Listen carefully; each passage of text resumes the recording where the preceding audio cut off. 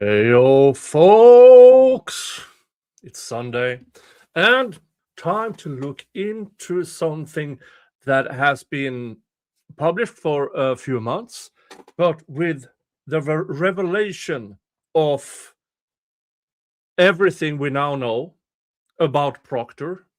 It is interesting to have a watch at these internal affairs interviews to see exactly how much these people actually lied. Yesterday, it was John Fanning, who was evasive,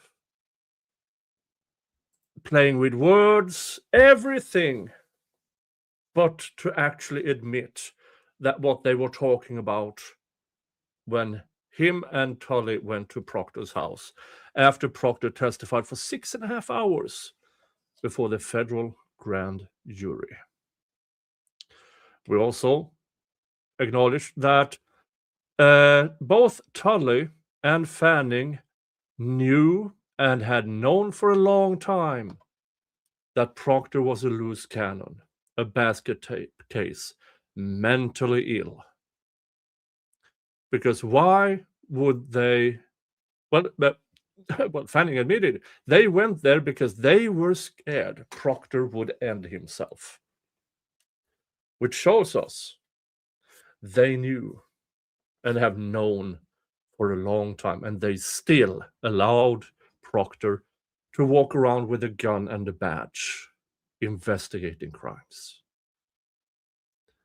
So today it is time to watch Det.Lt Brian Tully, who has since retired and is now teaching police procedure to new cops.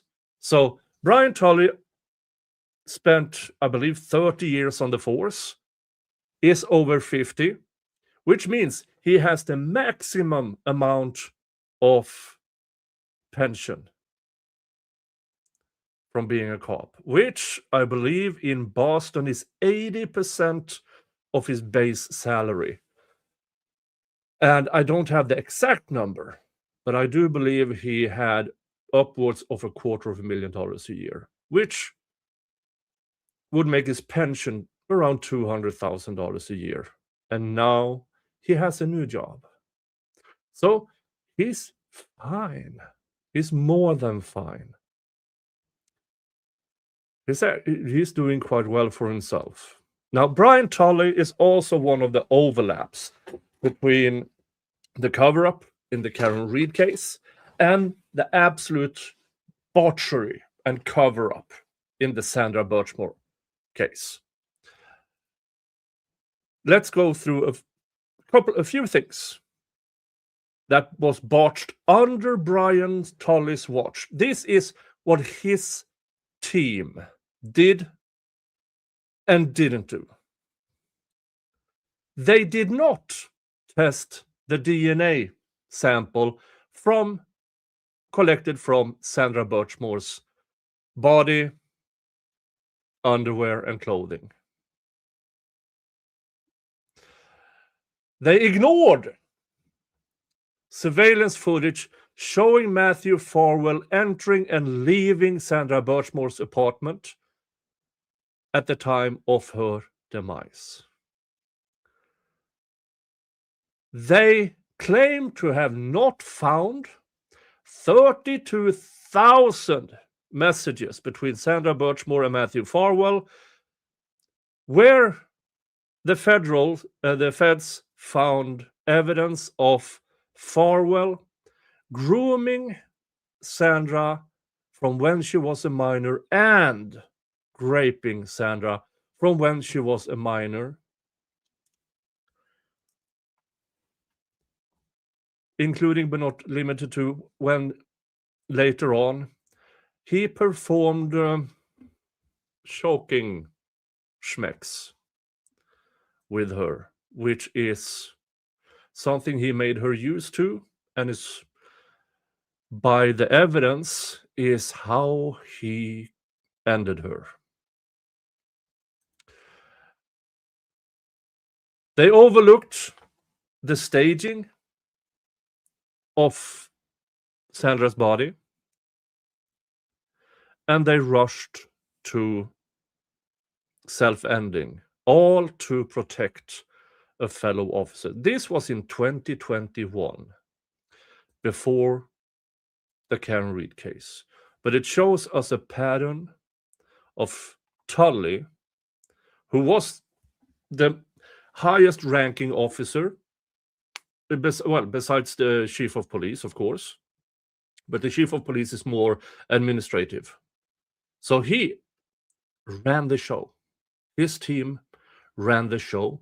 And when we watched Fanning yesterday,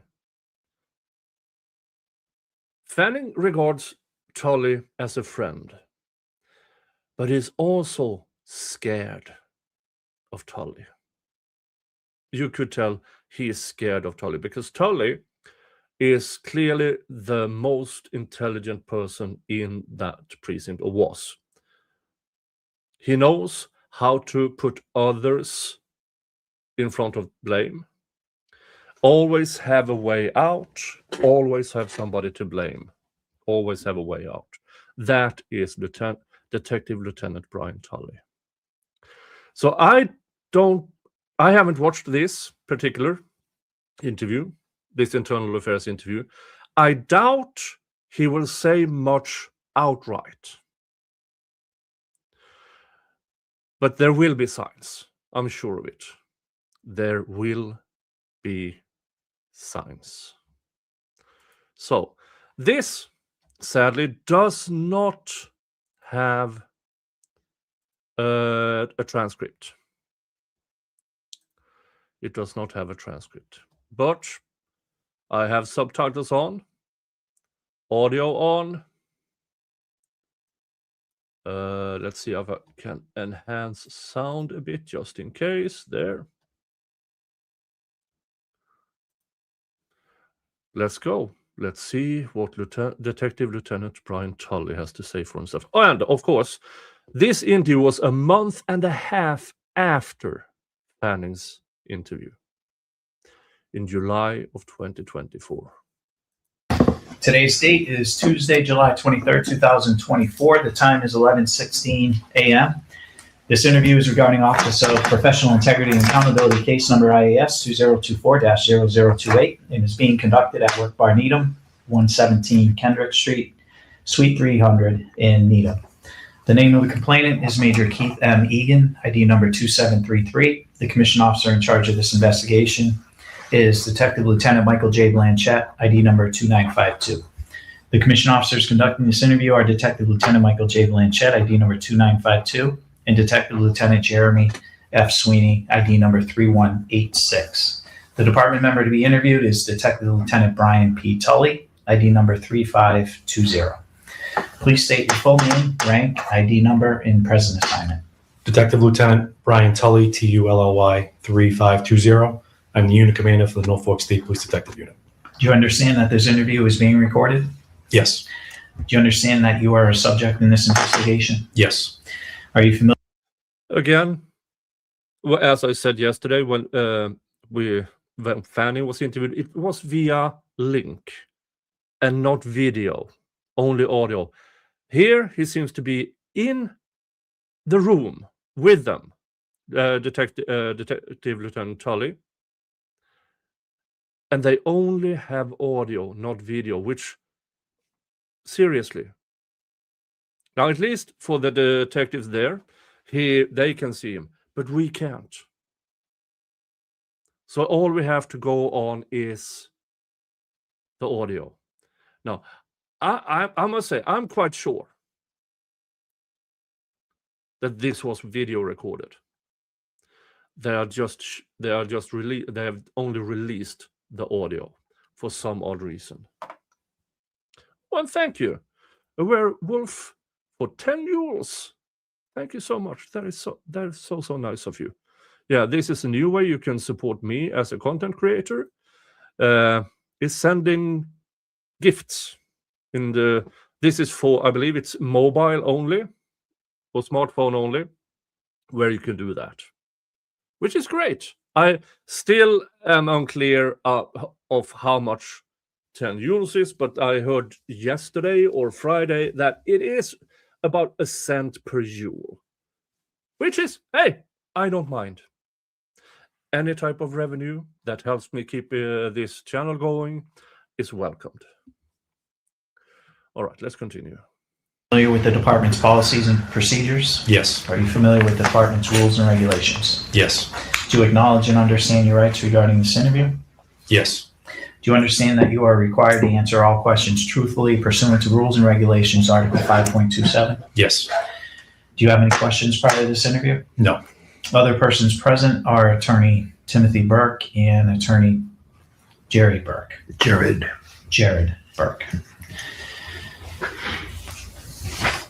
Do either of you have any questions prior to this interview? No, we're all set. Thank you. Okay. D.L.T. Tully, if you don't mind just signing at the bottom of this, today's date, month, year, and sign at the bottom. That you acknowledge and understand your rights regarding this interview. What's today's date? 23rd.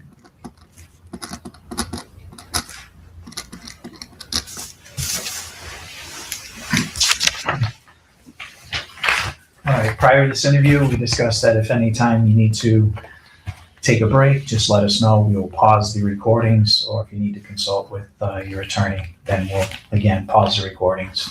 And ultimately, when you've had enough time, we'll resume the interview and return to recording the interview, okay? How long have you been employed with the Massachusetts State Police? 18 years. What RTT did you graduate from? 79th.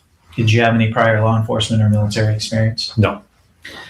Can you give me a brief history of where you've been assigned with the Massachusetts State Police? For the first 6 years, I was in field services in Millbury, Foxborough, and Milton. I was transferred to Norfolk SBDU in 2012. I stayed there through promotions of sergeant, lieutenant. I was appointed unit commander in November of 2021. Just in time for the Sandra Birchmore. And what are your duties and responsibilities as the unit commander of the State Police Detective Unit assigned to the Norfolk District Attorney's Office? Oversee the administrative duties of the unit. And are there other personnel that are attached to the unit as well? There is the unit. Yes. They're sworn members within the unit. Okay. And can you explain the breakdown of supervisors and troopers that are within the unit? I have an executive officer, Lieutenant John Fanning. In the homicide section, there's one sergeant, Yuri Buchanan. There is a narcotics section who's supervised by Sergeant Keith Pantazelis. And then we have another group that we have two open supervisor spots on our org chart that cover computer crimes and sexual assault. And then we also have an open homicide sergeant spot on the org chart. Yeah, at this time in July of 2024, there was quite an exodus of police officers from from his unit, because everything was about to burst open. And I believe in July of 2024, Proctor was already suspended. Buchanan was investigated. Fanning was investigated. Sergeant Good was not yet investigated. I mean, people left the force in droves. So yeah, he probably had a few open spots. But here's the thing. When you are the unit commander, you decide who are on those spots. And you, Detective Lieutenant Brian Tully, now retired, chose people who were as equally corrupt as he was, only less intelligent. So when things went sideways, he always had somebody to blame. Open, you mean vacant? Vacant. And who ultimately fills those roles at this time? Lieutenant Fanning or Sergeant Buchanan. And how many troopers are assigned to the unit? Troopers, 13, I believe, currently.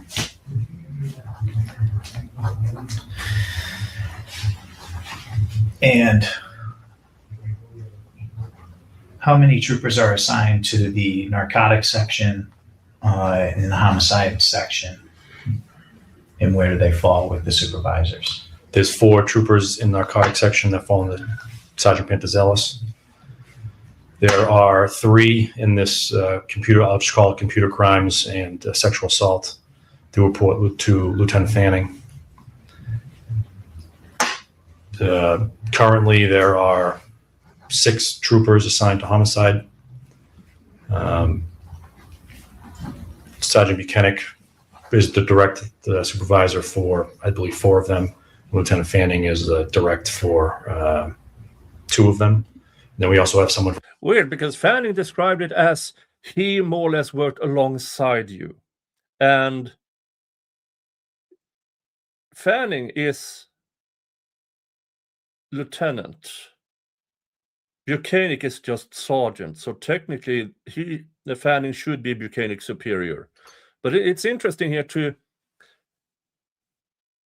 how Tully describes everyone as beneath him. From unresolved case unit who was attached to the office. And that particular individual with the unresolved case unit, do they also help supplement as a member of your unit? It's a new arrangement. They report to Det.Lt Robertson. We're still trying to figure out their role, but they work in Norfolk unresolved cases. Okay. Do you recall who was assigned to the unit on January 29th of 2022, which was the date of the death investigation of Mr. John O'Keefe? Yes. Who was assigned to that unit then? You want everybody in the unit at the time? If you can recall. Me, Lieutenant Fanning, Sergeant Buchanan. On the homicide side, it was Trooper Dave DeChico, Trooper Kotkowski, Trooper Proctor,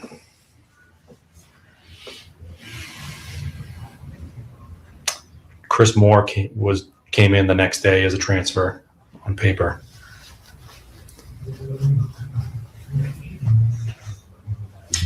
That's all I can recall on the body side.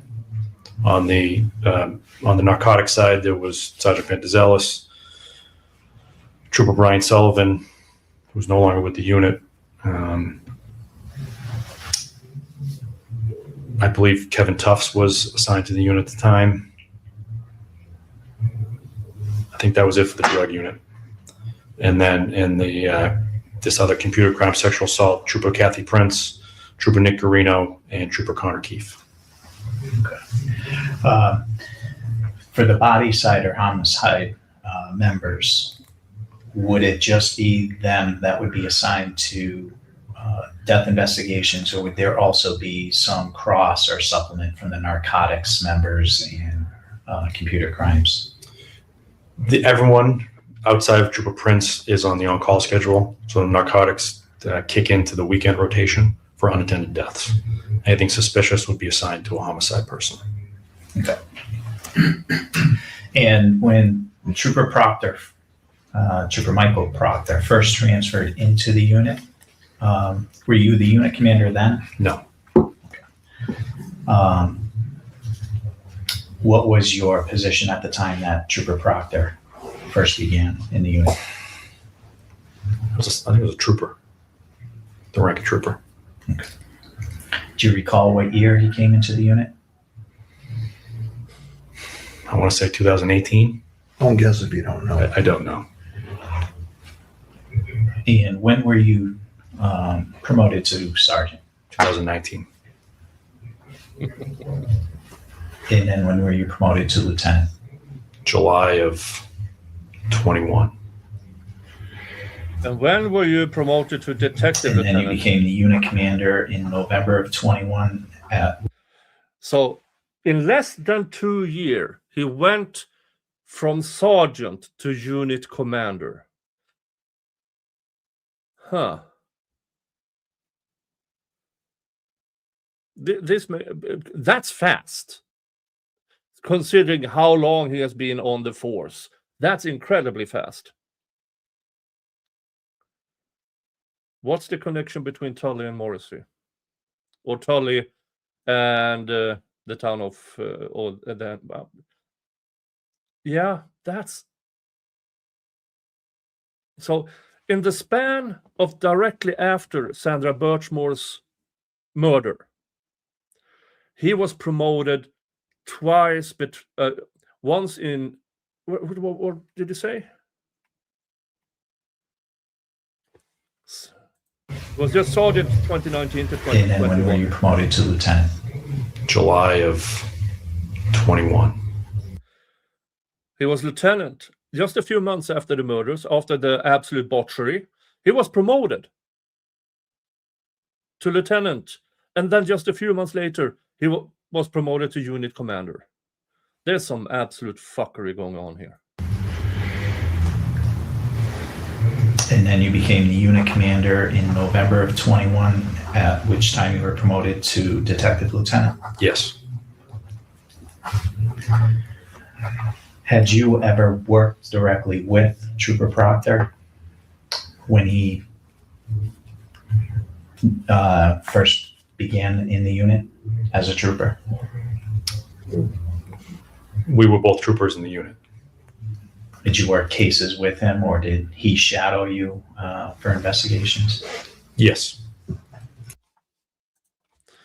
So the entire time Proctor was a trooper, so was Tully, and they were together.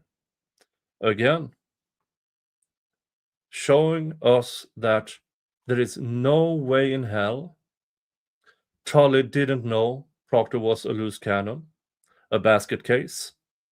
There's no way, working with him for that long as a trooper and working cases and everything, knowing now that Proctor had no qualms about sharing his views about everybody who was not white. He knew. Tully knew. And that's why he and Fanning went to Proctor's house directly after Proctor's testimony in the federal grand jury. Did you ever, prior to becoming the unit commander, did you ever directly supervise Trooper Proctor? I'm trying to think of when I was a sergeant who my direct reports were. I don't recall if he was. I don't think he was. How about Sergeant Yuri Buchanan? Do you recall when he was first transferred into the unit? I don't. Sorry. Who's that checking in?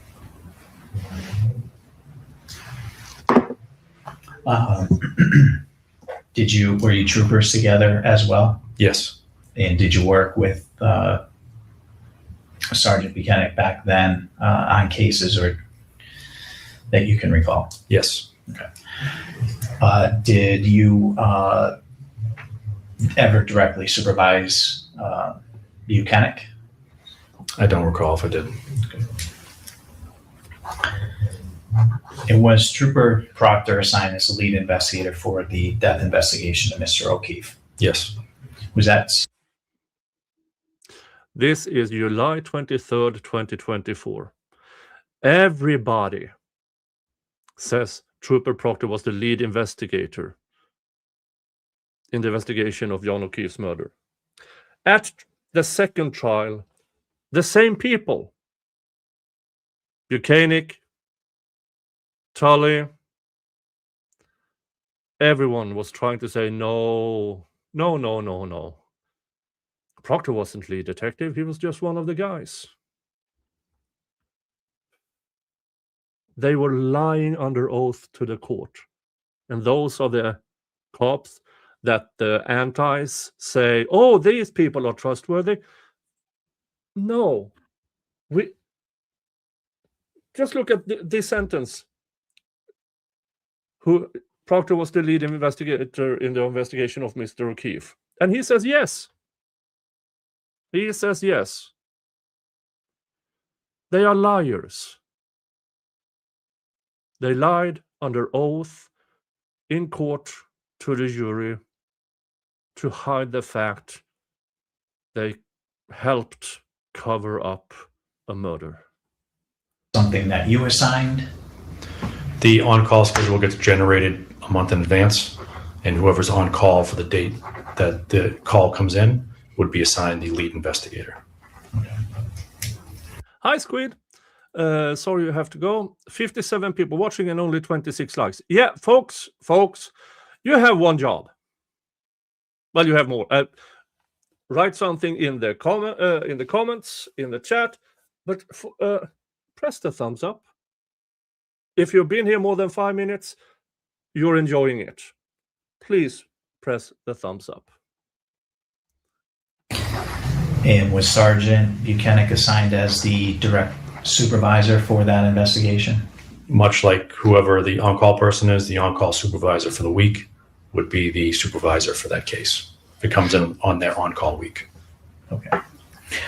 What was your role during that investigation? I had received a call shortly after the initial call came in from Sandra Birchmore, so we were in constant communication from early in that morning. I ended up responding out to the scene. And who kept you informed of the status of the investigation, and how was that communicated to you? At what point? From the beginning and for the days to follow. Sergeant Buchanan. And was Miss Karen Reed subsequently identified as a suspect in this investigation? Yes. Were you aware that Miss Reed's cell phone was seized? Yes. Do you recall who seized her cell phone? It was during the interview that night. Either Sergeant Buchanan or Trooper Proctor would be the singular person to do it, but they were there doing the interview. Were you aware in advance that they would be looking to seize her cell phone? No. They developed information during the interview that resulted in the seizure of it. Do you recall whether there were any issues with her cell phone, such as a delay in accessing her cell phone? It was password protected. We were unable to access it immediately. And at some point, did you become aware that Trooper Proctor looked through her cell phone? Yes. And do you recall when this occurred? August of 2023. So not the invest was January of 2022. My apologies. Yeah, it's August of 2022 was when we were able to access the phone. Okay. And do you know how that access was Accomplished. was accomplished? Thank you. We have Gray Key, which is a software that attempts to bypass passcodes for iPhones in the office. It attempts by brute force entry, so it continues to try different combinations. We had hooked it up, and it took 7 months from the time of seizure when you got a warrant, attached it. It took that long for the software to accomplish the password break. Yeah, and you're still refusing to give it back because you had the warrant for the seizure, and then yeah, that's a whole other story. And during that investigation in the summer of 2022, August of 2022, were you aware that Trooper Proctor, Sergeant Buchanan, and other members of the unit, including Lieutenant John Fanning, Trooper Jeffrey Kukowski, Trooper David DeCicco, and Trooper Chris Moore were part of a group text message thread that had inappropriate communications regarding that investigation? No. Liar. My immediate gut reaction, Brian Tully is a liar. Was it common for SPDU Norfolk members to utilize group text messaging? Yes. Okay. Can you explain how they would utilize that? They send messages to multiple people at the same time. Okay. And the purpose? I can't really testify to how other people use their cell phones or messaging. Was this something that you also communicated in group text message threads throughout the unit? Yes. And what was the purpose of those? Quickly share information among multiple members. Okay. And would that be through work cell phones that were provided by the Norfolk District Attorney's Office? For other members, I don't know how they use their phones. Were you issued a cellular telephone from? Why is that not a part of the policy and procedures? Detective Lieutenant Tully, you write and update the policies and procedure, or you have the power to. And if you know that this is something that is done, where's the policy? The Norfolk DA's office? No. Okay. Have other members in the unit been issued one? Yes. So what is the process to get a phone from the district attorney's office? When someone transfers in, they get an option to get one. And that gets set up through the fiscal department of the DA's office. To either get one or what? Use their personal? Is that the procedure? And who is the contact through the DA's office for that? Deb Leahy. You say Deb? Deb. And not all members opt to get a work cell phone? Correct. Are you aware if Trooper Proctor had a cell phone that was issued by the Norfolk District Attorney's Office? He did. And are you aware if he also had his personal cell phone? Yes. And in your group text message threads that you would be involved with, would you be in threads that also had Trooper Proctor in them to discuss cases? Yes. And would that be through his personal phone or his work phone? I don't know. And when it comes time to upgrade these work cell phones, do you know how often those upgrades occur? Multiple years in between. Okay.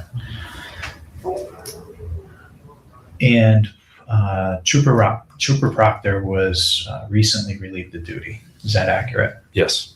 And at that time, he turned in his work cell phone. Are you aware of that? Yes. Okay. Do you know if that was his work cell phone that he used back in August of 2022? I don't. It was. And when there is an upgrade that occurs with these work cell phones, are you aware of the process that the member goes through in order to turn in that phone, where it goes to, and how they get reissued a new one? I am. Okay, can you explain that? The IT director or Deb Leahy would contact the member to say that they're up for renewal and facilitate the exchange of a new phone and the retrieval of the old phone. Okay. And who's the IT director? Howard Wong. Howard. Wong, W-O-N-G. And do you know what they do with the old cell phones that are turned in? No. They get factory reset. So when Proctor got relieved of duty, he turned in his badge, his gun, and his work phone.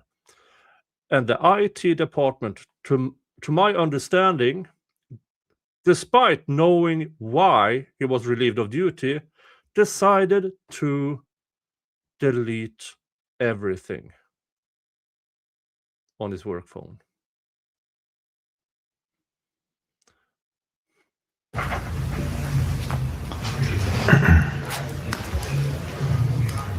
When did you first become aware of inappropriate communications that were part of this group text message thread involving SPDU Norfolk members that were ultimately used in the court proceedings? Following Trooper Proctor's federal grand jury testimony in February of this year. Bullshit. Yep, February yep, of 2020. Yep. But I call bullshit.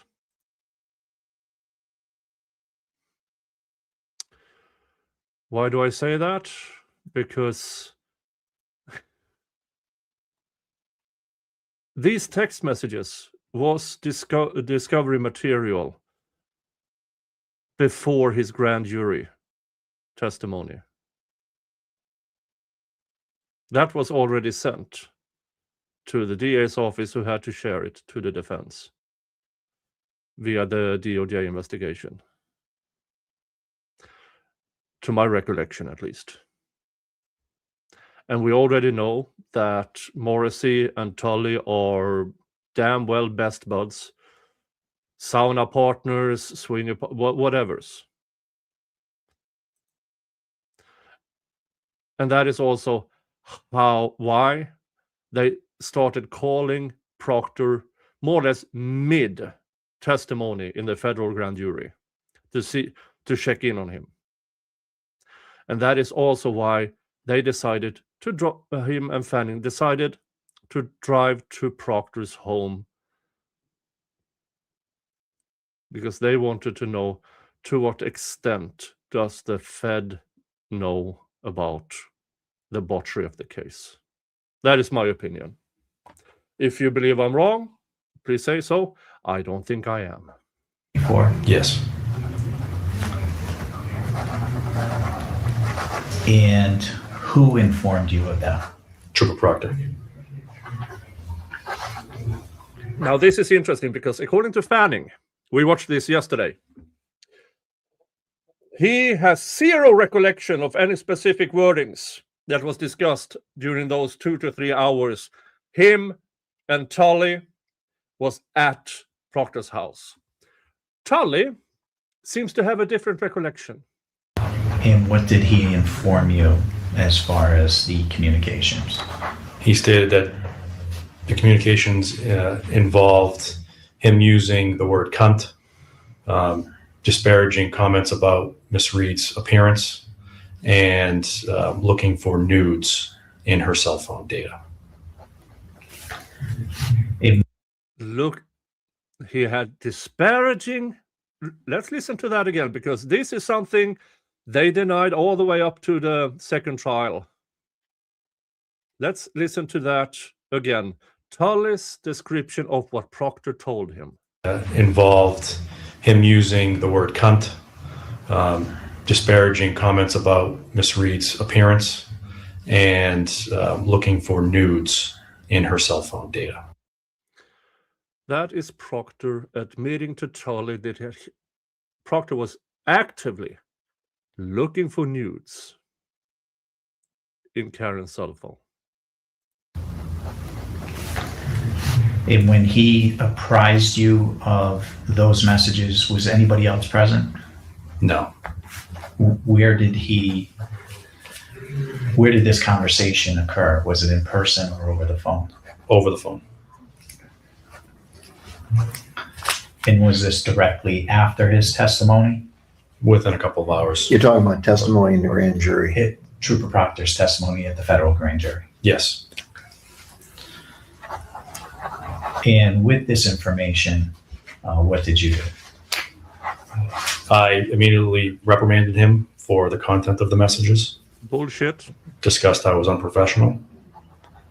I then subsequently contacted Major Coppenrath, who was in my chain of command in DIS, to inform him of the messages.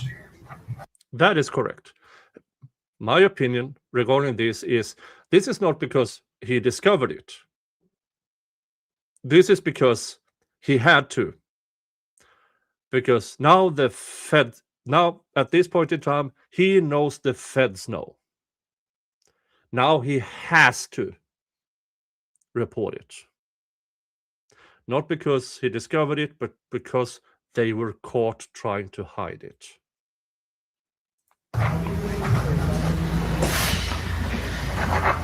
And when you speak with Trooper Proctor about, reprimanding him regarding these texts as being unprofessional, was that during the same conversation over the phone? It was over the phone, and then I went to his house and met with him. It could have been either one. I'm not sure. Okay. But you did go to his house at some point after this conversation.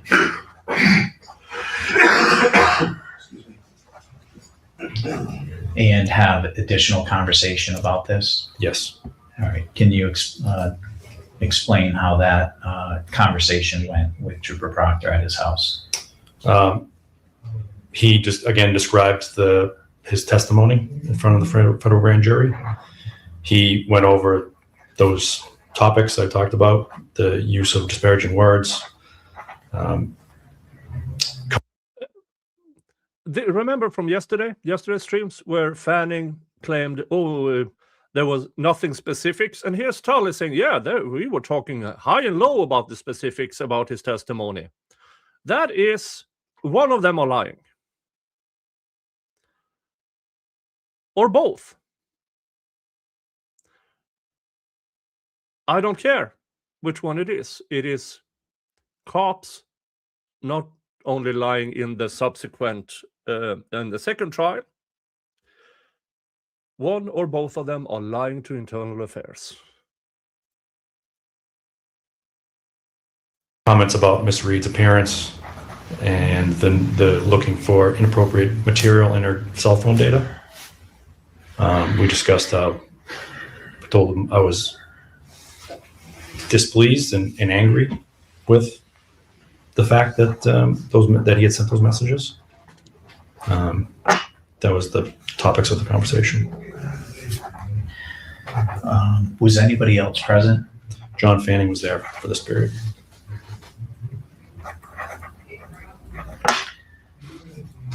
Did Trooper Proctor expand any further on any additional text messages?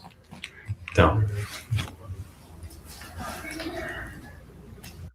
That question alone tells me that internal affairs knew way back then. There was more. They already knew. Interesting. And were you aware of who else was involved in that text thread? No. At the time? No. Did Lieutenant Fanning, did you have a conversation with Lieutenant Fanning about those text messages as well? Yes. And how did that conversation go? We discussed how they had happened, that we were both unpleased or displeased or angry that they... Reminder here. Fanning is still a cop because internal affairs, despite here now knowing that Fanning lied to them, they still reached a conclusion that there wasn't enough evidence against Fanning, even though he lied to them. It occurred.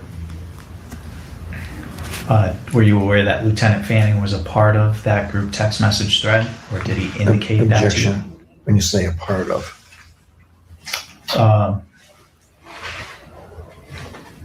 Were you aware that Lieutenant Fanning's contact was contained within that group text message thread where these inappropriate text messages were sent by Trooper Proctor? When? At this time? No. When In did February. you- in February. I mean, that's what we mean by this time. I did not know. When did you ultimately learn of that?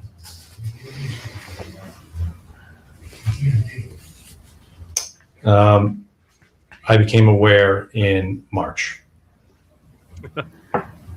So this conversation with Trooper Proctor at his house occurred prior to. And despite this was this is over a year later, this interview after he found out. Did he tell this is information the defense should have known. from the get-go. And here Tully is admitting to Internal Affairs that he knew long before the first trial. Long before. Also, this might be the a huge reason why Detective Fanning was never called to testify. March of 2024. Yes. When you went to Trooper Proctor's house, was that within about how long after having the phone conversation with him in February 2024, was it? An hour or two. Okay, same day? Yes. Okay.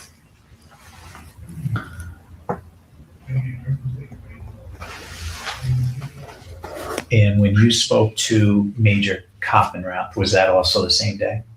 Following morning. And what information, was there any information that Major Coverup had for you regarding those texts? He didn't provide information to me, no. Okay. Were you able to review those text messages? No. When? At that time, February? in February of 2024. No. When was the first time that you were able to review those text messages? Mike, do you mean physically see the text messages? Or did you ever see those text messages? No. So why the non-disclosure agreement? Because the non-disclosure agreement, 9 or 10 pages long, was all about protecting Proctor. So if you didn't why all this secrecy if you actually didn't see the physical texts?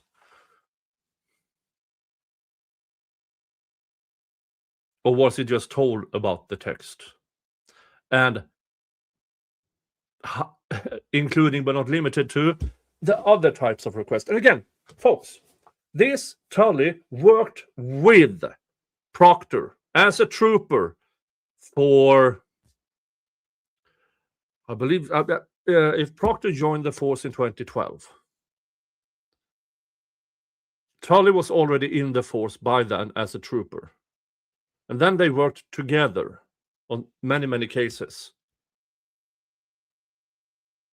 And you tell me, you're trying to tell me that Tully had no idea what Proctor was like?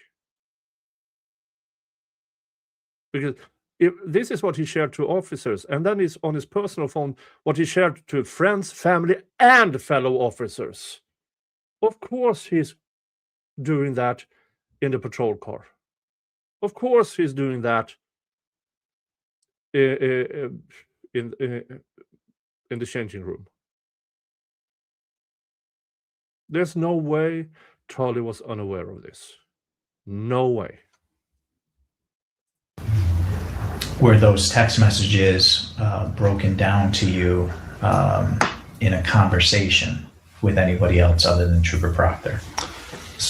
So overarching here, I've signed a non-disclosure order from a federal court order regarding the materials that was turned over, that was gathered during the federal investigation, and it was subsequently turned over to the Norfolk District Attorney's Office.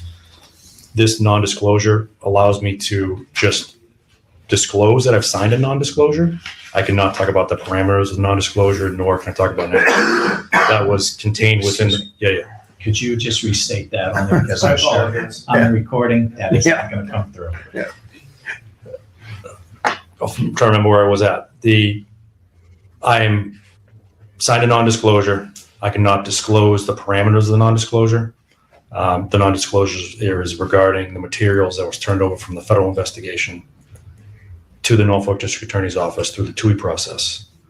As far as dates and times and kind of these. Now, the DA's office are the ones which are bound legally. So it's not Tully, to my understanding here, Tully did not sign an agreement with the feds. He signed the agreement with the DA's office, who was in their turn bound by the federal agreement or the court order. This line of questioning, I'm just trying to tread lightly to satisfy my requirements for rules and regulations, but also honor the NDA. And when was that NDA signed? I signed it March 7th.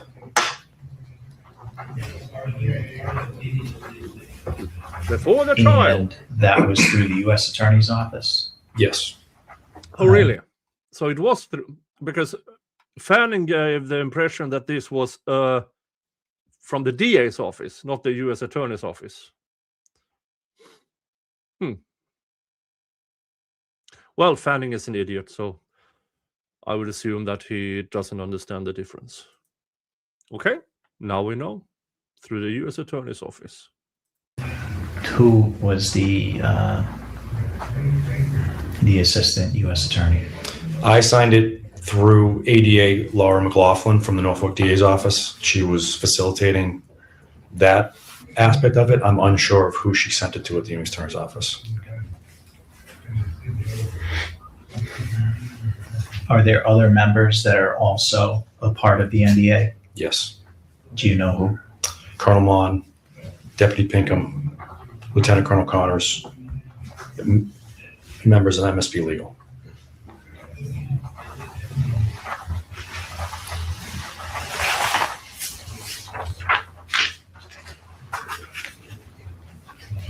And that NDA is still in effect today? Yes.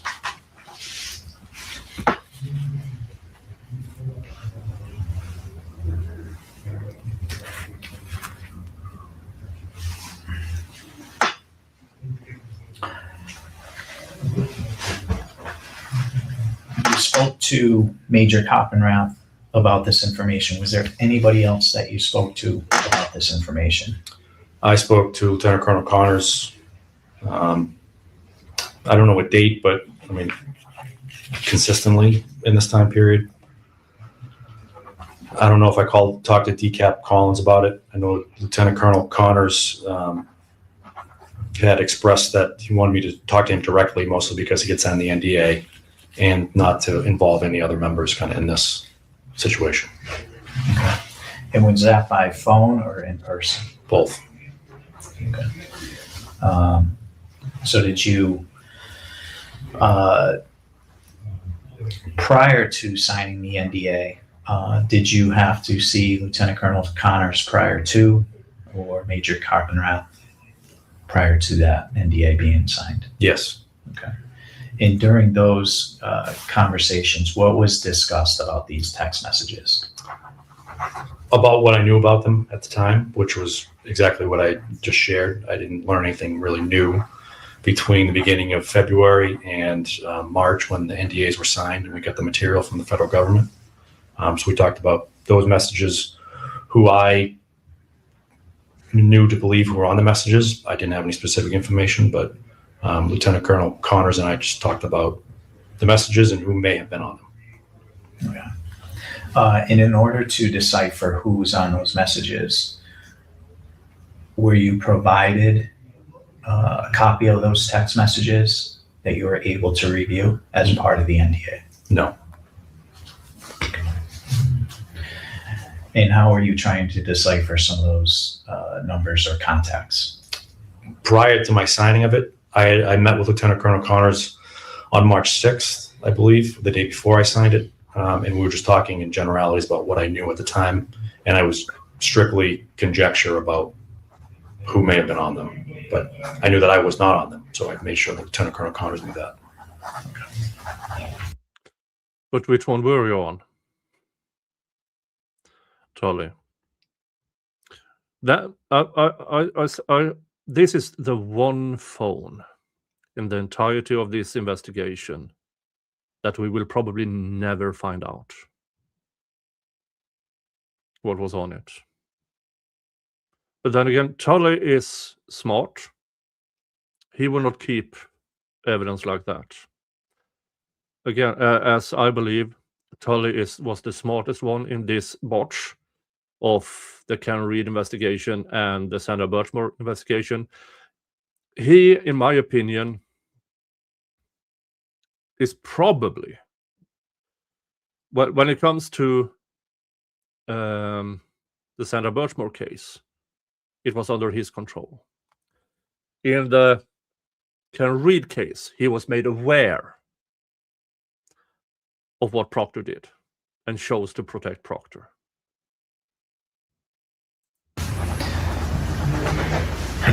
Did you author a to-from letter or document through any written means of your conversation in alternate meeting with Trooper Proctor at his house? No.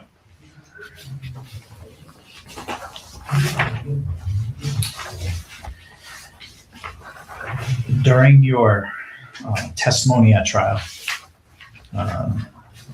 88 Lally asked you about what you did when you were made aware of those text messages, what you did, and you testified that you had a long discussion with him, Trooper Proctor, about the content and nature of them, and you expressed your displeasure at his unprofessionalism in the content of them, in that you reported them up to your chain of command. We just discussed that. All of that is accurate. Yes. Sorry. Before I forget, I saw this over at my thank you to, let's say, Gabler for $10 via PayPal. Thank you so much. That is very, very generous. Very, very generous. And for you who are new here, I am traveling to the United States in September. I will be in Indianapolis, for the oral arguments in the Delphi case. Rick Allen has oral argument before the appeals court, and I will be there and hopefully in the courtroom as this happens. While I'm there, I'm also visiting Delphi, Indiana. I'm also visiting Flora, Indiana, because of the Flora 4 arson, where 4 minor black girls were killed by an arsonist. The investigation there is even worse than the Karen Reed, even worse than the Sandra Birchmore. It is clear through the documents I got a hold of who the prime suspect is. And the local cops chose to protect him. A quadruple murderer in Flora, Indiana, protected by local law enforcement.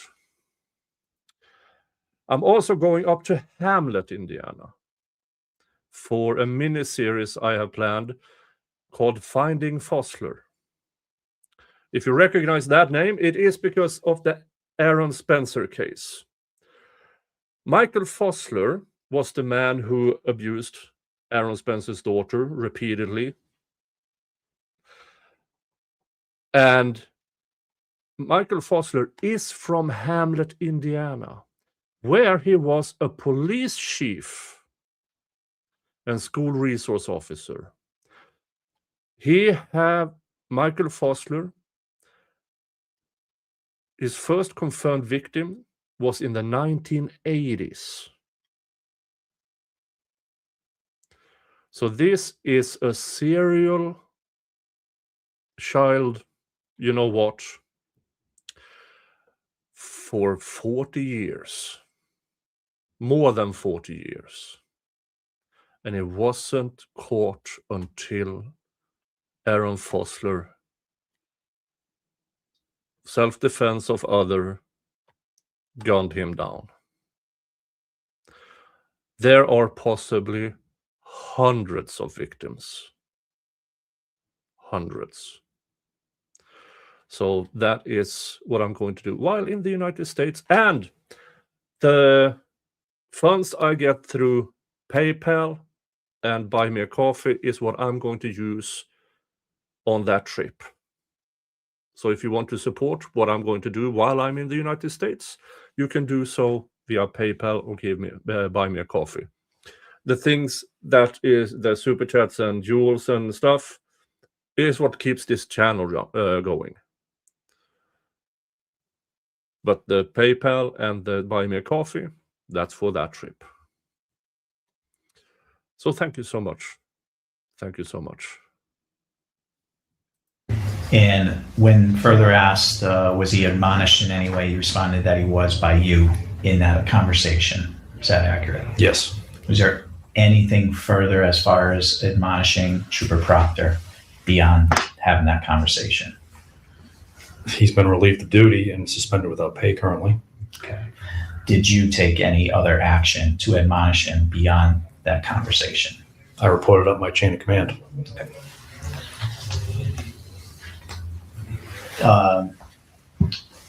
Did you have any discussion with Sergeant Buchanan about his text message responses in that group text message thread? No. Were you aware of those text message responses? After I signed the NDA, I became aware of who was on the messages, but I was precluded from discussing that at the time because of my restrictions in the NDA. Were you aware after the NDA of what the content of those messages were? I was read summaries of them by ADA McLaughlin. I could not look at the document, I could be read in. Okay. So you had become aware by being read those messages, but you did not physically review them yourself. Correct. And that also includes Trooper Proctor's text messages. I thought that's what we're talking about. I'm sorry. That includes both Trooper Proctor and Sergeant Buchanan's text messages. I'm only aware of messages that were authored by Trooper Proctor. Okay. Bullshit. Just clarifying. I know I'm a little confusing here. Well, if Tully went to Bukaki and Proctor and told them, you need to tell me, they would have told him everything, because that is who Tully is.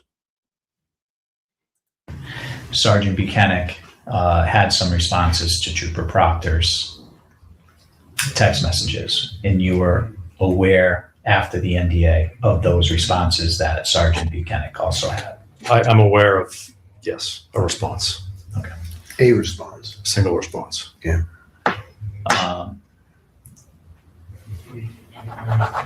And This tells me that Internal Affairs knows about more.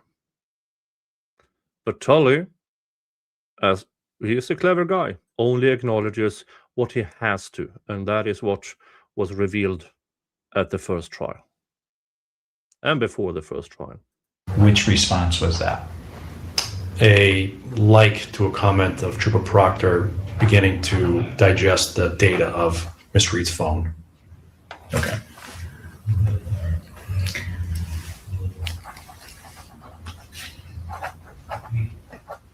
But did you have any discussion with Lieutenant Fanning about the inappropriate text messages and what he did about them in that group message thread?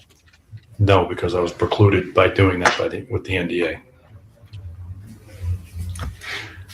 When did you learn that Lieutenant Fanning was a part of that group? When I was read in by ADA McLaughlin. And that was, do you recall when that was? Subsequent to my signing, so early March.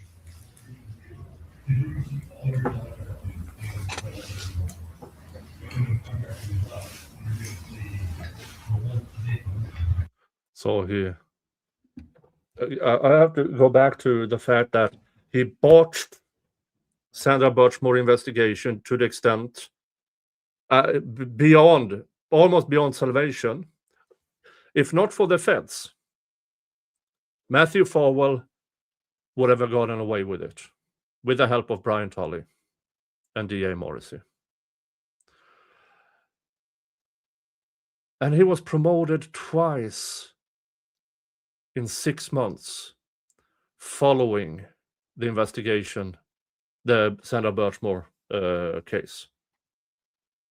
That was, in my opinion, a thank you, Tully, for helping cover up for Matthew Farwell and Mr. Devon and other members of the Stoughton police force who all abused Sandra Birchmore. Skillepan says he failed up twice.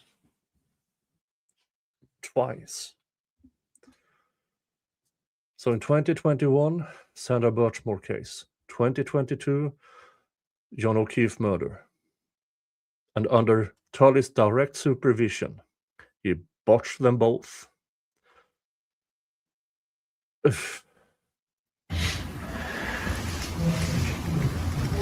So subsequent to learning those text messages and who was included in the text message thread, did you have any further conversations with any of those members about the inappropriate text messages contained within that thread? Which members? The involved members that were part of that thread. No, I couldn't. Why? Because of the NDA? And why couldn't you? I was restricted by the federal court order that I'd signed. I can only speak to other people who had signed the non-disclosures.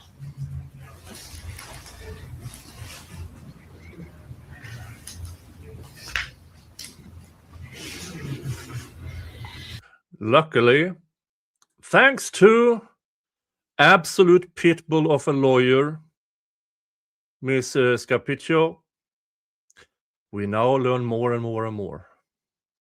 More and more and more. Brian Tully retired April 6, 2026. Let's...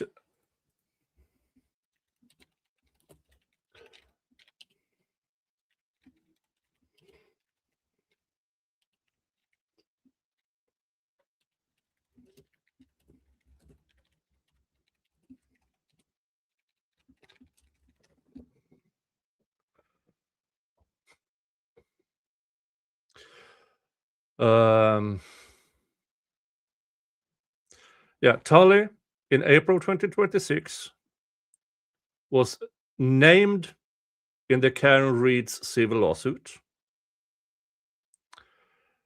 He was scheduled to be deposed a few months later. Retiring meant somehow it's harder to depose him. In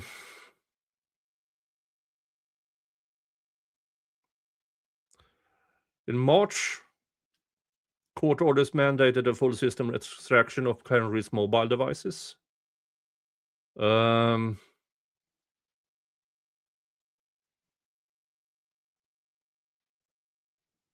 that could have affected it. His retirement, his sudden retirement. Who was this? I had to Google, but Brian Tully was first hired as a police officer in April 2006, March or April 2006, which made, again, just this is so insane. He just passed the 20-year mark. He's over 50. Getting the maximum amount of pension.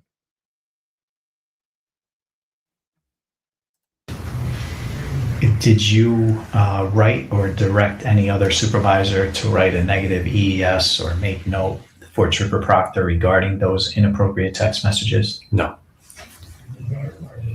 Did you write a negative EES or make note for Sergeant Buchanan regarding his text message response to Trooper Proctor's inappropriate text messages? Or let me go a little further, or his failure to take corrective action as a supervisor upon seeing those text messages? No, I couldn't because of the NDA. Bullshit. Negative evaluation he doesn't have to go into specifics. He can, but it's not obligatory to go into specifics. It can just be something vague.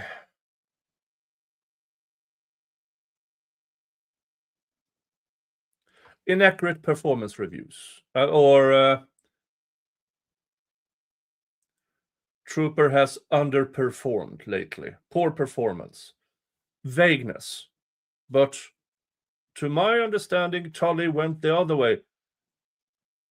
I mean, up until Proctor was relieved of duty, Proctor has had none, 0 negative review as a police officer, despite everybody in that department knowing what kind of an absolute low-life shithead Trooper Proctor is, and probably most of his colleagues as well. Supervised by Tully, leading me to believe that Tully is just one of them, only smarter. And did you write a negative EES or make note for Lieutenant Fanning for failing to take corrective action as a supervisor regarding those text messages? Same reason, I couldn't. No. Were you ever aware of whether Trooper Proctor or any of the other SPDU Norfolk members had inappropriate text messages in other investigations? I'm not aware of any. Bullshit. Bullshit. Were you aware, or did you ever authorize Trooper Proctor to go out with Canton Police Officer Kevin Albert for alcoholic drinks while driving his issued department cruiser after working on a cold case with him? No. Was it customary, or did you ever authorize SPDU Norfolk members to utilize their department issued cruisers to go out for alcoholic drinks after work? Never. There will never be any approval of such actions. Everybody's aware of it. Nobody takes action. Everybody looks the other way. And what was the SPDU Norfolk policy regarding the members' AVL switches in their department issued cruisers? Yeah, the AVL switches are, because before the Can Read case, I believe around or just before the time of the Sandra Birchmore case, because of some overtime bullshit going on, they issued GPS. So the patrol car could be tracked. But they also installed a switch which made it possible for the officers to turn it off. And lo and behold, not a single unit on the 29th or the 30th, or anytime somebody found shards on the lawn, and to my knowledge, every time the GPS was switched off. Isn't that fucking strange? You say, we just want to use the acronym, just for the record, and just say what that is. The Automated Vehicle Locator System. Pursuant to a letter that I believe the DAs had signed, or an understanding with the department, the member is to have the AVL switch on as they depart their residence to denote the time that they left their residence for a certain period of time, several minutes, several miles. It can then be switched off while they're on DA time, so to speak, if they're doing investigations under the umbrella of the district attorney's office. So the DA's office approved of and encouraged this automated vehicle tracking unit. The DA's office approved of and encouraged the officers to turn it off. Why? Well, you don't want the defense to be able to ask for it.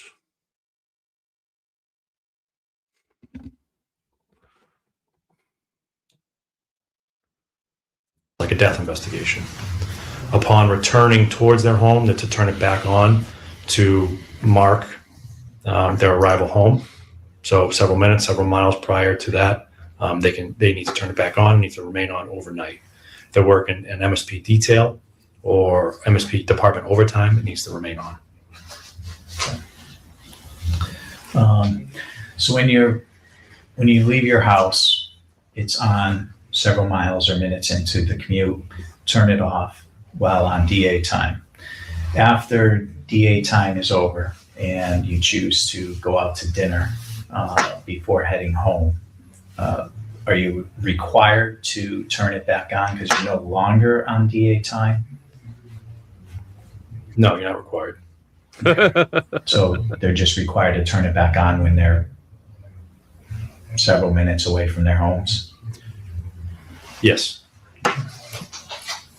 Okay, if you could just give me 1 minute here. This is so stupid. Would there be a log note made for each time that the AVL switched off, or is that just a general understanding? So it's long-standing, basically. General understanding from a agreement between the DAs and the department back when the AVL switches were installed. How fucking convenient. How fucking convenient.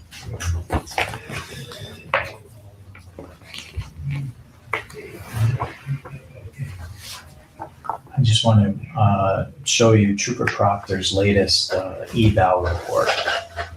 Oh! And this is for the eval period end date of April 1st, 2024, and it was published on May 10th, 2024. After they found out about these text messages. After Fanning and Tully went to Proctor's house because they were afraid he would end himself. According to Fanning, that's why they went there, to talk Proctor out of ending himself. Let's see how his eval went. Does that look familiar to you? Yes. Can we just see it for a second, please?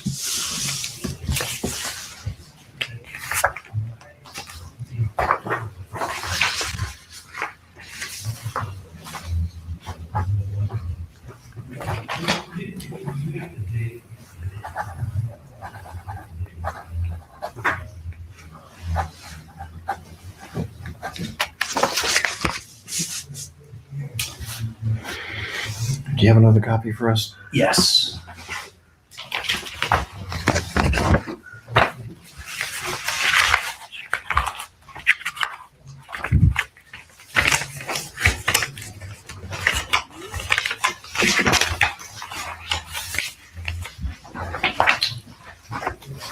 So regarding this latest evaluation report, did you serve as the reviewer on this evaluation? Yes. And Sergeant Buchanan is the rater for this eval report. Yes.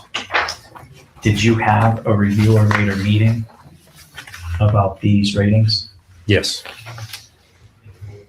Did you fairly and objectively consider each of these ratings and were in agreement with the ratings that were submitted by Sergeant Buchanan regarding Trooper Proctor for this evaluation report? Yes, with the caveat again that I was under an NDA and had knowledge that could have gone into this EES report, but I was prevented from using it or even discussing it at the time. Do you know what you do? If you are unable through NDA, then Sergeant Buchanan should be the last man in line for that evaluation. And Sergeant Buchanan was in that text message group. which means you help falsify. And looking at the evaluation. first section for the criteria of knowledge, compliance, application of policy and procedures, rules and regulations, statute, law, orders, and directives. Trooper Proctor was rated as outstanding. Outstanding. And this, Buchanan knew it was false. Tully knew it was false. And they both signed it. They both signed it. Knowing it was false. You know what else they could have done? They could have postponed it. They could have postponed it because of the NDA. They chose not to. They chose to falsify Proctor's evaluation. An outstanding shall be issued when the results consistently surpass an exceptional level of competency. Again, this is after Tully and Fanning went to Proctor's house to talk him out of ending himself because of he had to testify before a grand jury. Imagine that. A cop testifying is not fucking unusual. Even before a federal grand jury. Sometimes it turns to shit. Most of the time it goes well. But cops are supposed to handle it. But both Fanning and Tully knew long before this grand jury, federal grand jury testimony, that Proctor was a basket case. That Proctor was a raging racist. They all knew, and they still gave him top remarks. In light of what came out in court and what we were aware of, obviously through the NDA.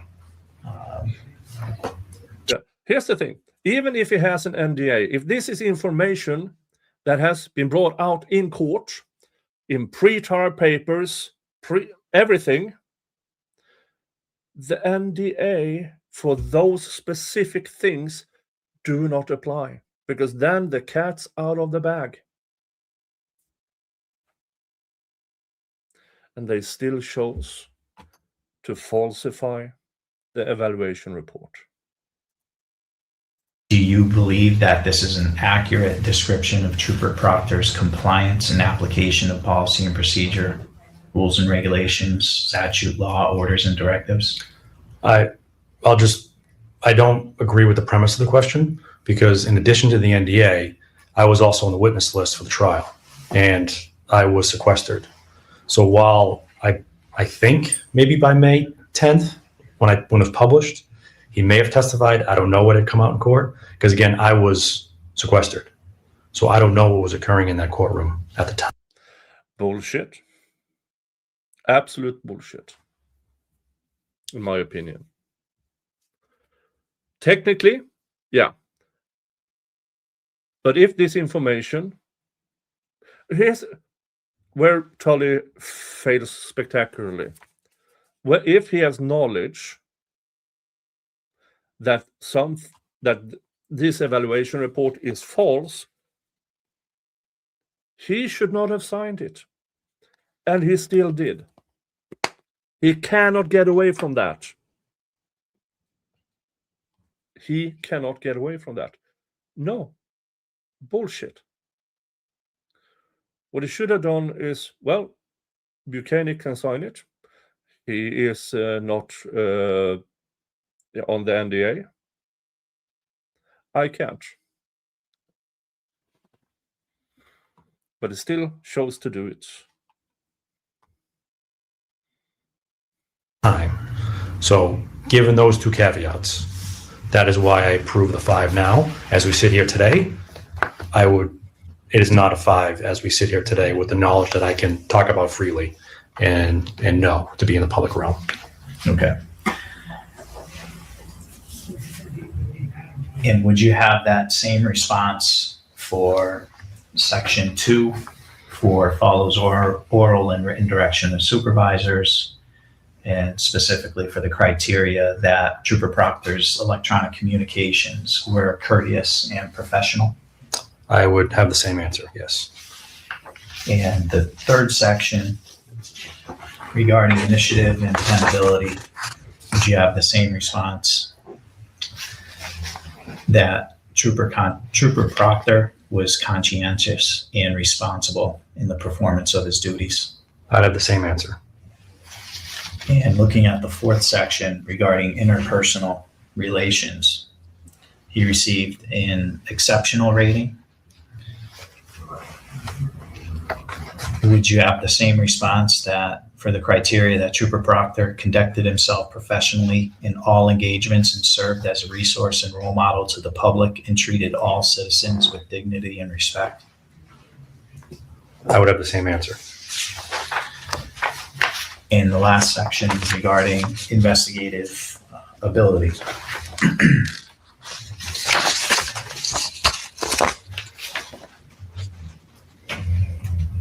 The comments attached say Trooper Proctor has had a high profile caseload with a lot of eye and pressure from external sources during the entire life of the investigation and subsequent court proceeding. He handles himself and all his cases with utmost professionalism and competence. He is able to investigate his cases thoroughly and with strict integrity, even with unwarranted and unsubstantiated accusations from the defense attorney on the case. Do you have the same response with the criteria that Trooper Proctor's communications for investigating Miss Reed's cell phone, that no nudes so far, funny I'm going through this, or his retarded client's phone, is accurate with this section? Well, I have the same regarding professionalism. Yes, I would say that he was a great investigator. No, what bullshit. Tully, you know Proctor was an absolute horseshit investigator. Absolute horseshit. Because you saw him fail time and time and time again in the Karen Reed investigation. And you still say he was a great investigator? No. But that's the thin blue line. And also, as I believe, the reasons why Tully gathered this bunch of racist nitwits around him, it's because he was one of them, only smarter. But they were unprofessional comments, all the ones you just read.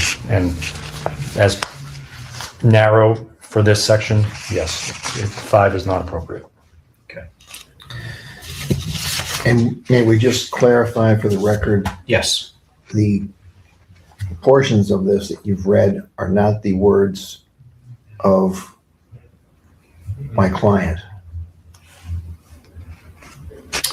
These ratings. These ratings were submitted by Sergeant Buchanan and approved by Detective Lieutenant Tully. Okay. Again, if you know something is fundamentally false, you can't sign. You can't. Because then you are falsifying records. And I have one more eval report for Sergeant Buchanan. Take some time to review that.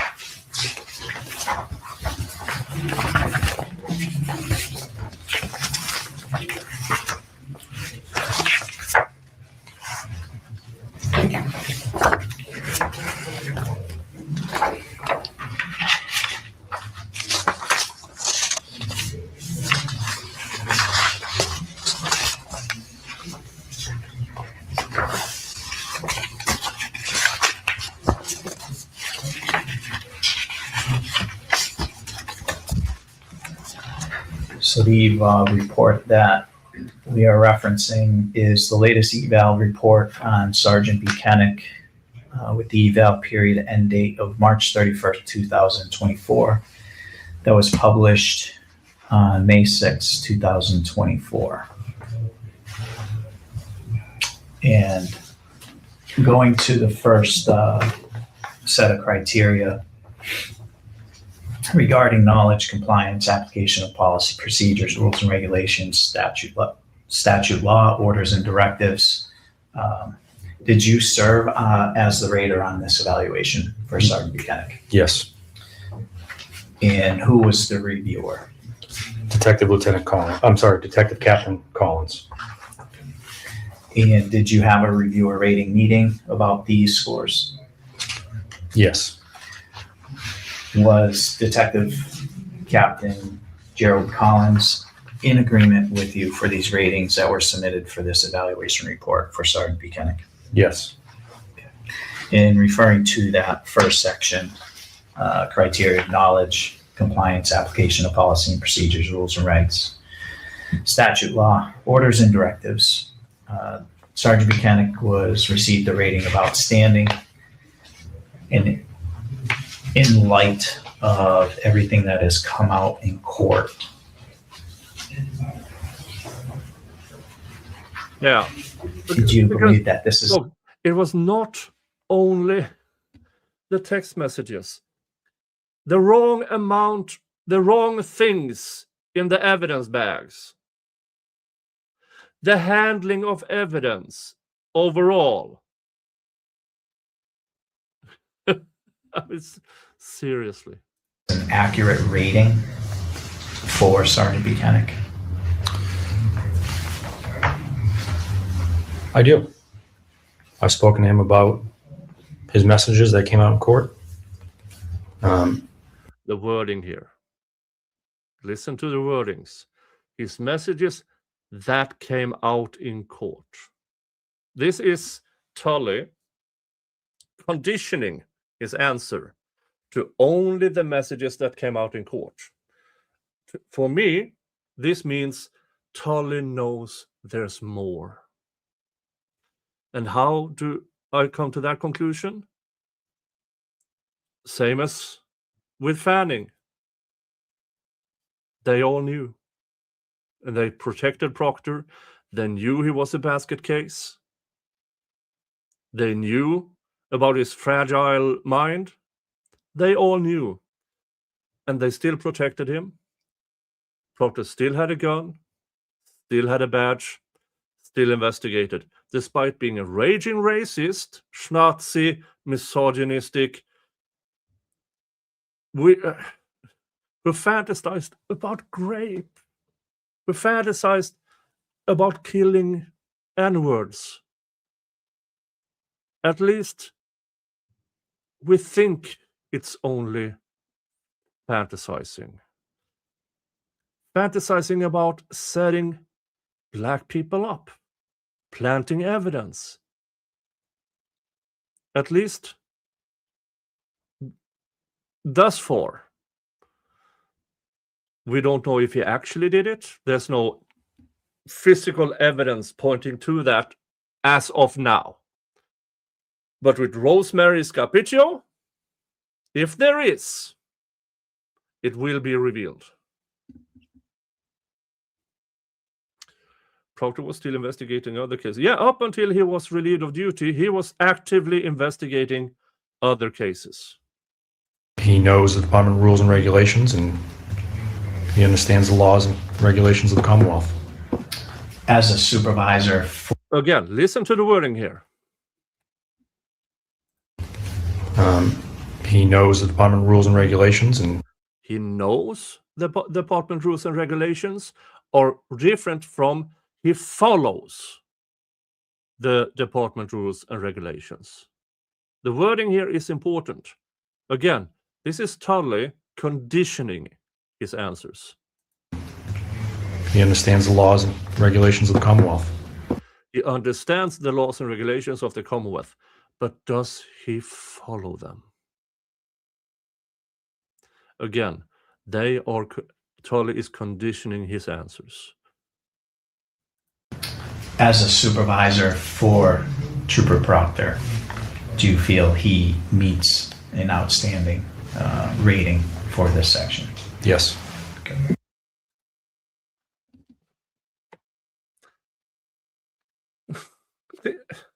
No.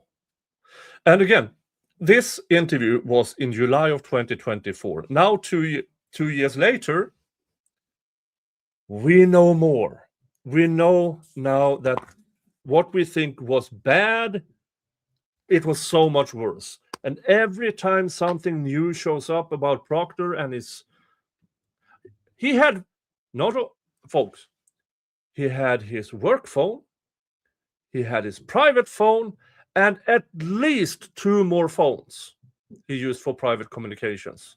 At least, that we know of.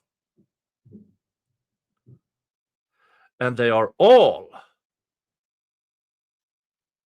in all of them, to my knowledge, there is Proctor being a raging racist, a borderline Nazi, misogynist, everything.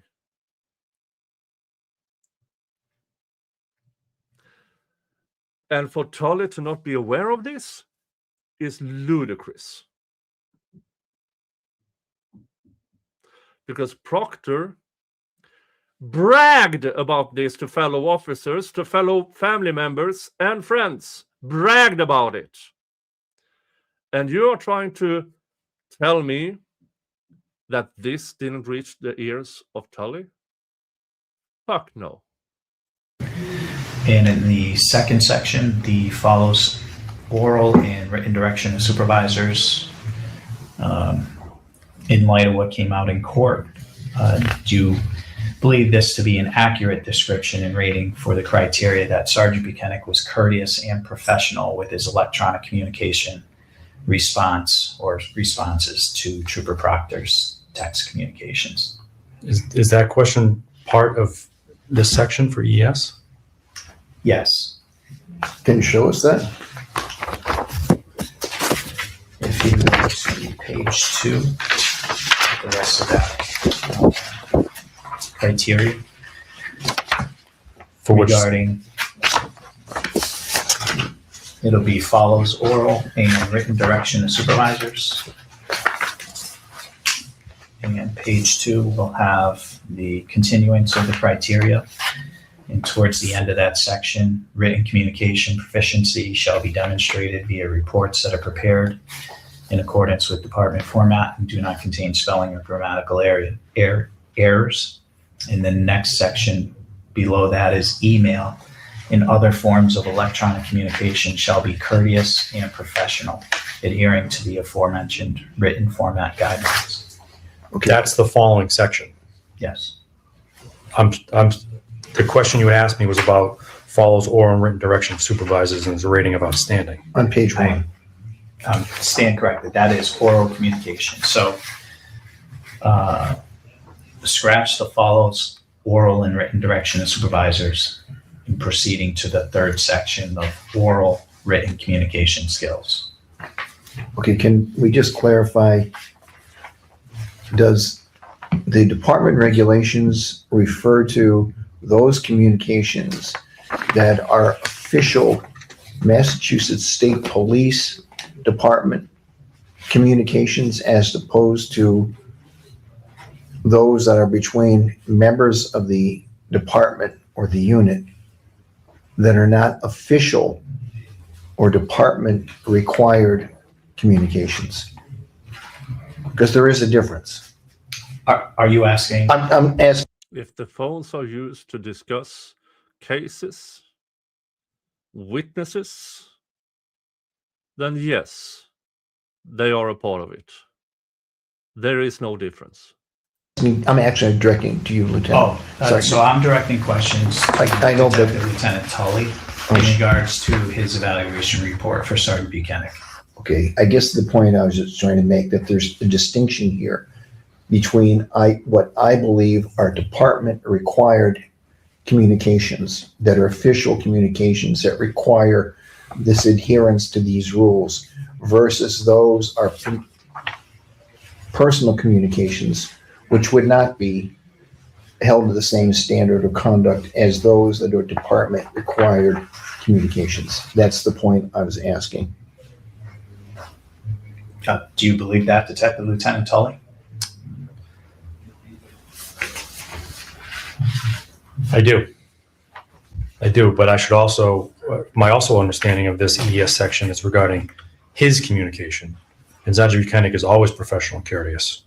While I agree that he may have witnessed one of his subordinates not acting the same way, Sandra Birchmore is always professional. Oh, really? He didn't report it, as he was obligated to do when he saw that type of messaging. Sergeant Birchmore is required, as a supervisor of Proctor, to admonish him and to bring it to the attention of the superiors. He didn't do that. So, professional? Fuck no. With all of his communications. And I stand by the rating of 4 for this section for his communications. Okay. Even for the liked comment? Yes. And moving on to initiative and dependability. In light of what came out in court, do you believe that this is an accurate rating for the description of the criteria that Sergeant Birchmore was conscientious and responsible in his performance of duties as the supervisor for Trooper Proctor? Yeah, did you supervise how the evidence was collected? Did you supervise how on the evidence bags everything was collected properly? Did you supervise when Proctor kept the clothing for days before turning it into evidence and then wasn't tested for months, allowing DNA to degrade, allowing evidence to disappear, allowing evidence to be altered? Yes. And we can look at the next section for interpersonal relations. Do you believe that Sergeant Birchmore's rating of outstanding is accurate for the criteria that members must conduct themselves professionally in all engagements and serve as a resource and role model to the public? Yes. And speaking to him about dislike, about what he believed that he was liking, yes. Because he did not believe that he was liking anything regarding the nudes. Go ahead. So you did speak with Sergeant Birchmore about his comment? Following the trial, yes. Okay. Really? So then the NDA wasn't applicable? So you did breach the NDA when it suited you. Whoopsie. And if you could explain that a little further. He stated that he had liked the comments. His recollection that he was on a detail and had read the message and focused on the fact that we were able to get into the phone 7-8 months later. And True Proctor was going to be able to digest the information. That's what he was liking, was the fact that that was being accomplished. What a pile of bullshit. No. What a pile of bullshit. Okay. And that conversation happened prior to this eval report, or was it after? After.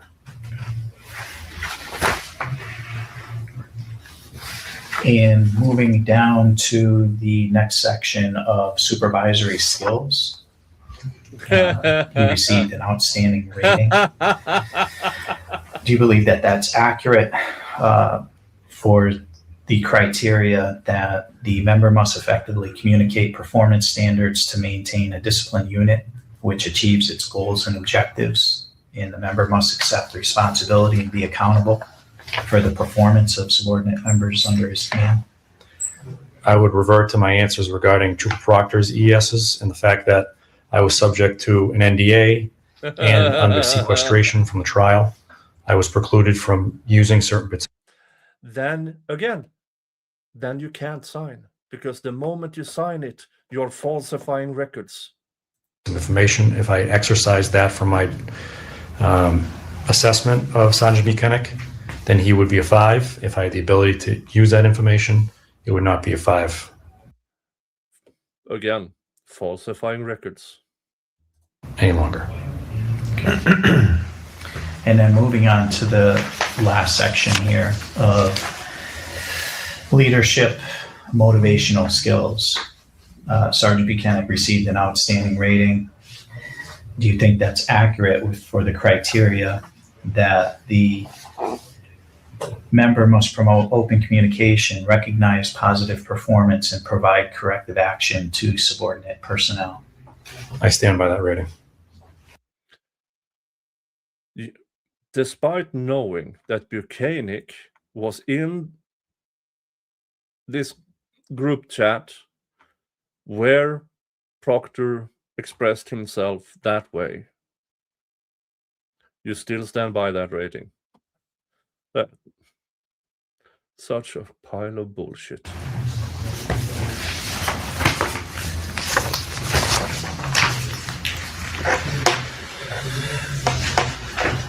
DLT Sweeney, do you have any questions?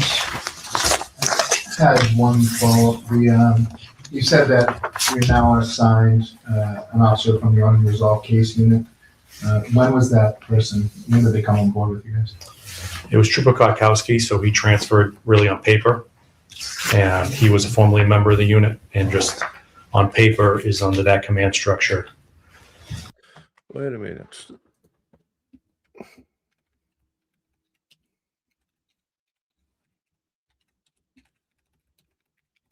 I recognize that name.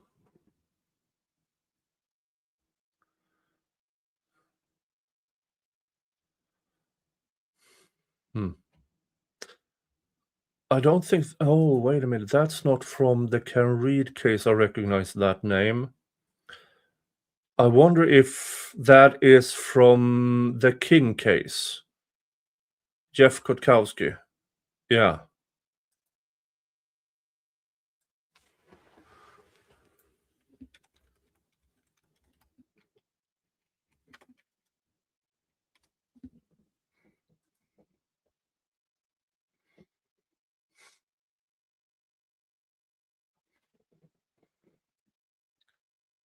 Yeah, he was a member of the unit overseeing the investigation.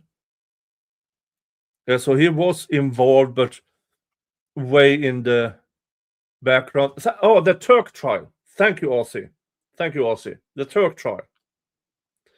That's correct. That's correct. And Kotkowski was also in Proctor's chat groups. Yeah.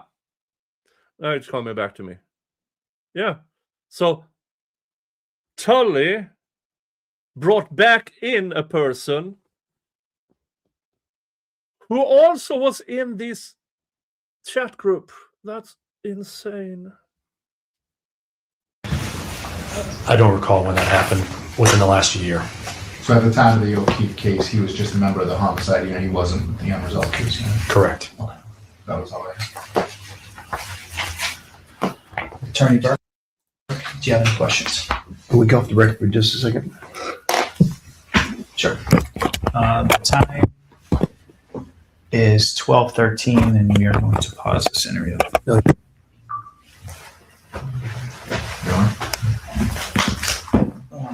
And the time right now, we are back on the recording, is 12:19 p.m. We are resuming the interview with Detective Lieutenant Tully. D.L.T. Tully, did you have enough time with your attorney? Yes. Okay. And last questions will be, is there anything else that you can tell us regarding this case that could bring the state police into further disrepute? No. Is there any other information out there that we need to know about that could be released to the public, such as any further inappropriate text messages that you're aware of? No. Bullshit. Attorney Burke, do you have any questions? We're doing that. DLT Sweetie? I do not. Is there anything that we didn't ask you that you feel we should have asked, or is there anything that you would like to add or feel that is important or helpful regarding this investigation? I would highlight the fact that my hands were tied by the NDA in my sequestration. So while looking back at some of these things, you have to understand my restrictions at the time these things were occurring. Thank you. That concludes. Here's questions I believe they should have asked. Because we listened yesterday to Detective Fanning's interview, where Detective Fanning clearly stated that him and Tully was at Proctor's place because they thought Proctor was... they went there to talk him out of self-ending. That is a line of questioning that they should have asked Tully. But they didn't. For some reason, they didn't. Now, what did happen to Tully? Let's see here.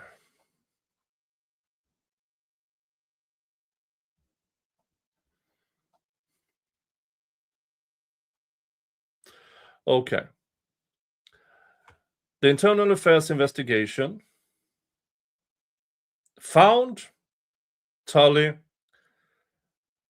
a failure to supervise. He failed to take proper corrective actions against the investigators under his command, who sent vulgar and inappropriate text messages regarding Karen Reed. Failure to document performance. He failed to properly document negative employee behaviors and recommend remedial discipline. So, the Internal Affairs did not buy into that he was restricted by the NDA. They did not buy into that. And inaccurate performance reviews. Because he still signed them. Now, what happened to Brian Tully?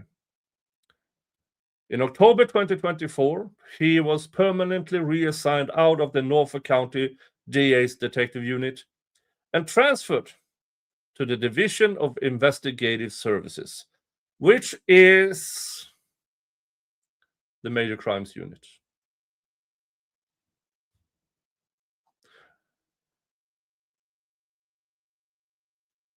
His disciplinary order docked him 6 days of paid accrued leave.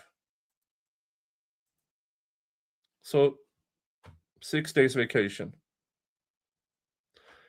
And that's it. And then, more or less on the 20-year mark of when he entered as a police officer, he immediately retired himself. On the dot 20 years later, allowing him maximum pension. And now he works. I did a video about that not that long ago.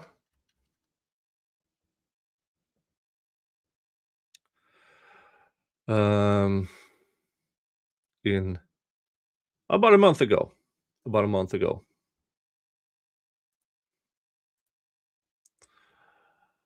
The video is simply stated as Brian Tully is teaching.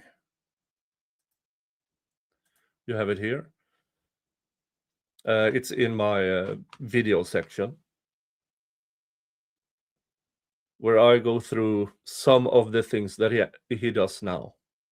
So not only does he have max pension, which is I believe is 80% of his base salary as a detective lieutenant, which I believe, which gives him at or around $200,000 a year in pension.